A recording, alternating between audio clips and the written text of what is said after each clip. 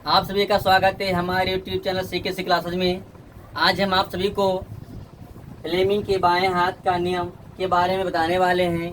ये प्रश्न कक्षा 10 व कक्षा 12 के बोर्ड परीक्षा में ये प्रश्न हर साल पूछा जाता है। तो आइए इस प्रश्न को हम बहुत आसान तरीके से समझने वाले हैं। आइए हम समझते हैं। यहाँ पर सबसे पहले हमने जो बायां हाथ है उस बाएं हाथ का यहाँ पर हमने चित्र बनाया है और इस चित्र के माध्यम से इस परिभाषा को हम आसानी तरीके से लिख सकते हैं। लेकिन सबसे पहले आपको इसका चित्र बनाना आना चाहिए। तो सबसे पहले क्या कर देना है, आपको इस तरीके से कर देना है जिससे कि ये आपकी जो तर्जनी उंगली है ये भी लंबवत हो और अंगूठा जो आपका है ये भी लंबवत हो और जो आपकी ये मध्यमा है ये भी आपकी क्या हो, लंबवत हो। तो आपको इस प्रकार सबसे पहले इसे करना है और इस प्रकार से आपको चित्र में बनाना है। इस माध्यम से आप चित्र को बना सकते हो।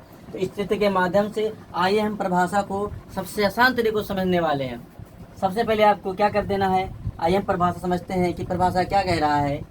जब हम अपने बाएं हाथ का अंगूठा यानी हमारे बायां हाथ है और बाएं हाथ के अंगूठा मध्यमा और तर्जनी अंगुली को यानी तीनों को, अंगूठे को, तर्जनी को और जो ये आपकी मध्यमा है, इन तीनों को हमको इस प्रकार से बनाना है कि तीनों क्या हो, लंबवत हो यानी 90 अंश का कोण बनाते हो। तो हमने यहाँ पर आप देखते होंगे कि हमने जब ये आपका बाएं हाथ का जो चित्र बनाया है इसमें अंगूठा क्या है आपका लंबवत बन रहा है, आपकी तर्जनी भी क्या जा रही है, लंबवत 90 अंश का कोण बना रही है और ये आपकी क्या है मध्यमा, ये भी क्या है लंबवत 90 अंश का कोण बना रहा है।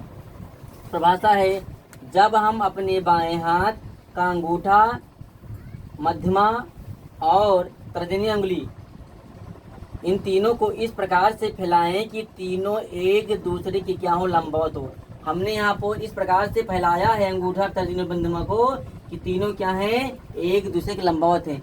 ये क्या कर रहा है, जब ये ऊपर की ओर लंबवत बन रहा है, यहाँ पर कोण बन रहा है और क्या कर रहा है, ये मध्यमा क्या है, इस पर यहाँ तर्जनी और यहाँ पर मध्यमा के बीच में यहाँ पर 90 अंश का कोण बना रहा है।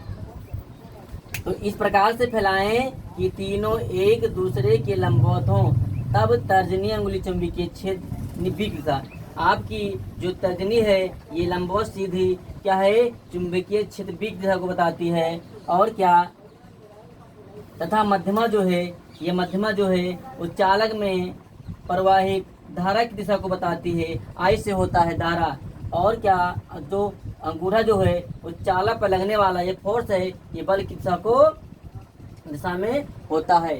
इस प्रकार से हम फ्लेमिंग के बाएं हाथ का नियम के बारे में जानते हैं। अगर ये आपको आता है कम से कम 3 या 4 नंबर का ये प्रश्न आता है, एक अच्छा 10 और 12 के लिए बहुत ही महत्वपूर्ण है। अगर हमारी वीडियो पसंद आए तो लाइक और सब्सक्राइब जरूर करें।